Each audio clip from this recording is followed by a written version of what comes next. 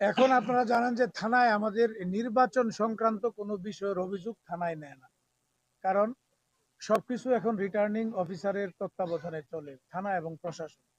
যে কারণে আমরা থানা নির্বাহী কর্মকর্তা, উপজেলা নির্বাহী কর্মকর্তার কাছে আমরা আমাদের অভিযোগ দায়ের করেছি। তিনি ডিসি মহোদয় যেহেতু রিটার্নিং অফিসার, তার মাধ্যমে ওনারা ব্যবস্থা নেবেন। আমাকে আর্মি অফিস এবং ইউনো আমাকে আশ্বস্ত করেছে যে ওনারা ব্যবস্থা নেবেন।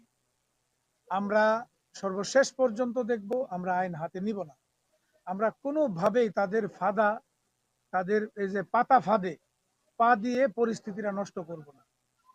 ইনশাআল্লাহ আমরা সর্বশেষ দিন পর্যন্ত প্রশাসনের কাছে একটা লেভেল প্লেইং ফিল্ড আশা করব, এবং এই লেভেল প্লেইং ফিল্ড যদি নিশ্চিত হয়, আমাদের ইনশাআল্লাহ বিজয় নিশ্চিত হবে, আল্লাহ যদি চান।